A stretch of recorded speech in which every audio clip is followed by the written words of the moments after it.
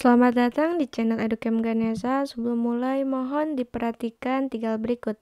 Yang pertama, jangan lupa untuk berdoa. Kedua, meminta file kepada admin. Dan yang terakhir, melakukan evaluasi ulang sebagai ide ingat. Baik, langsung saja kita membahas teori SBMPTN Ekonomi untuk bab kebijakan pemerintah. Untuk yang pertama, kebijakan moneter. Apa yang dimaksud dengan kebijakan moneter? Kebijakan moneter adalah suatu kebijakan yang diambil oleh bank sentral untuk menstabilkan dan memelihara mata uang agar perekonomian tetap stabil. Tujuan diadakannya kebijakan moneter yaitu untuk inflasi. Jadi saat barang atau jasa harganya mengalami kenaikan secara signifikan, maka masyarakat akan membelanjakan seluruh uangnya. Hal ini akan menimbulkan inflasi. Jadi, kebijakan moneter bertugas untuk mengatasi hal ini agar tetap stabil. Kedua, memperbaiki posisi neraca perdagangan. Jika mendevaluasi mata uang rupiah ke mata uang asing, maka harga ekspor akan lebih murah. Hal ini akan meningkatkan ekspor tinggi dan memperbaiki neraca perdagangan dan pembayaran.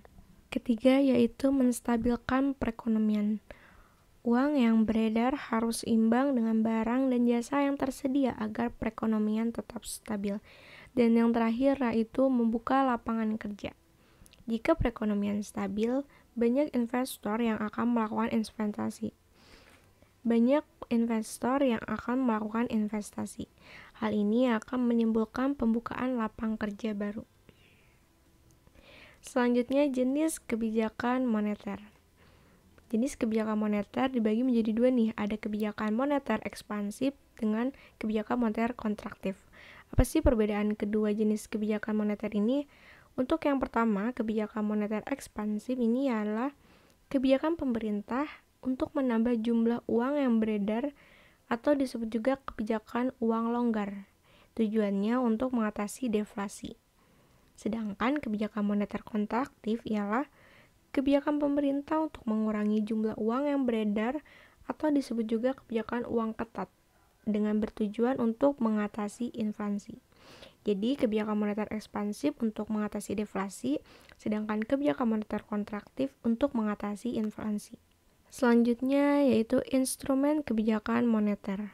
Instrumen kebijakan moneter dibagi menjadi 4.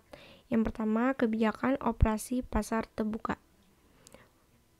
Di kebijakan ini, dengan melakukan pembelian atau penjualan sertifikat Bank Indonesia atau SBI, ataupun surat berharga yang dijual di pasar modal untuk mengurangi atau menambah jumlah uang yang beredar di masyarakat. Kemudian ada kebijakan diskonto, di mana pemerintah mengubah diskonto bank umum untuk mengurangi atau menambah jumlah uang yang beredar. Jadi, jika bank sentral menemukan inflasi, maka akan menaikkan suku bunga agar masyarakat menabung. Kemudian ada kebijakan cadangan kas, di mana bank umum menerima dana berupa giro, deposito, tabungan, dan lain-lain dari masyarakat. Sedangkan bank sentral membuat peraturan menaikkan atau menurunkannya cadangan kas.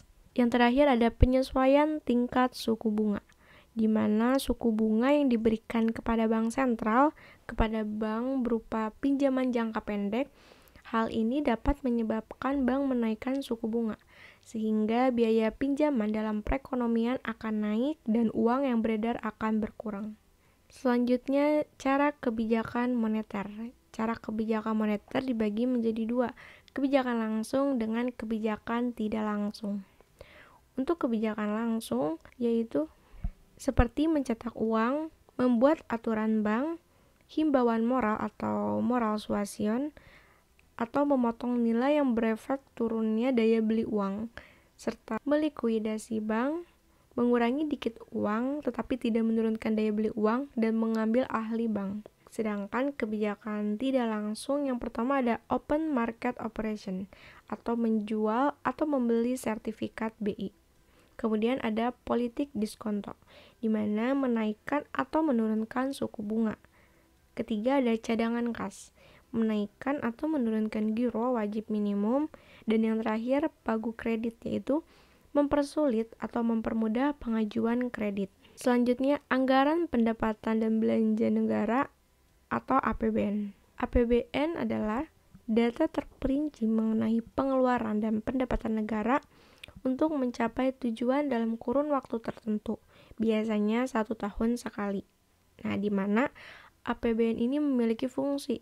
Yang pertama ada otorisasi atau anggaran negara yang dijadikan landasan pelaksanaan pendapatan dan belanja negara pada tahun yang sedang berjalan.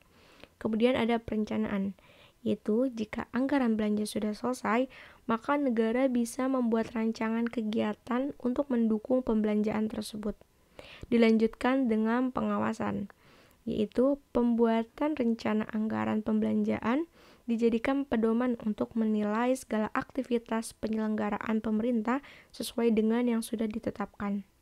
Dilanjutkan dengan alokasi, yaitu penentuan alokasi pendapatan negara pada pos-pos belanja. Selanjutnya ada distribusi, yaitu cara untuk meningkatkan pemerataan dan mengurangi kesenjangan antar wilayah. Dan yang terakhir ada stabilisasi, yaitu mengendalikan stabilitas ekonomi negara dan menstabilkan tingkat inflasi serta deflasi agar tidak melampaui. Tujuan dibentuknya APBN yang pertama untuk menjaga stabilitas perekonomian negara dan menjadikan pedoman penerimaan serta pengeluaran negara dalam proses penyelenggaraan aktivitas negara.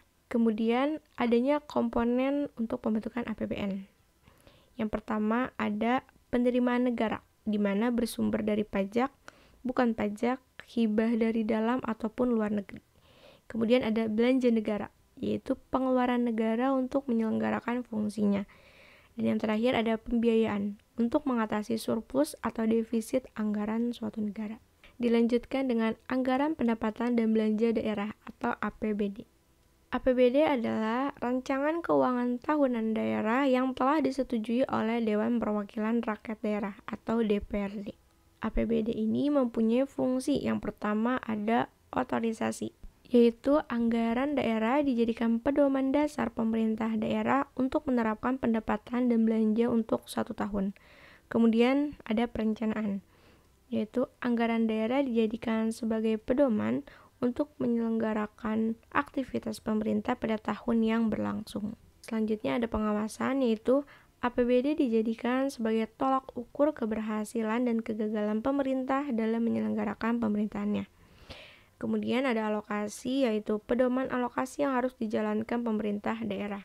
Kemudian ada distribusi, yaitu rencana anggaran harus disesuaikan pada kondisi daerah atas asas keadilan dan kepatutan.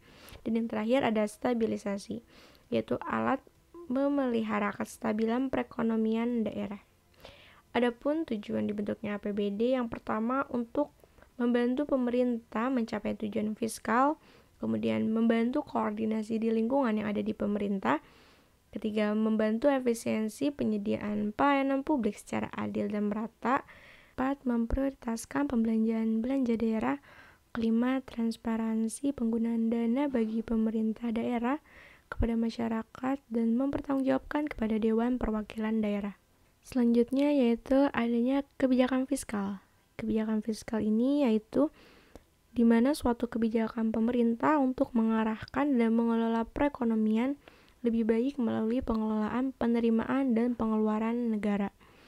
Jenis-jenis kebijakan fiskal yang pertama ada kebijakan fiskal ekspansif dan kebijakan fiskal kontraktif. Untuk kebijakan fiskal ekspansif yaitu meningkatkan pertumbuhan dan membuka lapangan pekerjaan. Sedangkan kebijakan fiskal kontraktif yaitu dengan menaikkan tarif pajak, mengurangi APBN atau APBD, serta mengurangi subsidi. Instrumen kebijakan fiskal yang pertama ada pendapatan negara atau pajak. Digunakan untuk membiayai pembangunan dan pengeluaran negara yaitu biaya pembangunan infrastruktur, biaya pembangunan, operasional pemerintah, serta lain-lain. Baik, cukup sekian pembahasan teori ekonomi SBMPTN untuk bab kebijakan pemerintah. Jangan lupa untuk like, comment, and subscribe. Dan jangan lupa untuk men-share video ini sebanyak-banyaknya. Terima kasih dan sampai jumpa di video selanjutnya.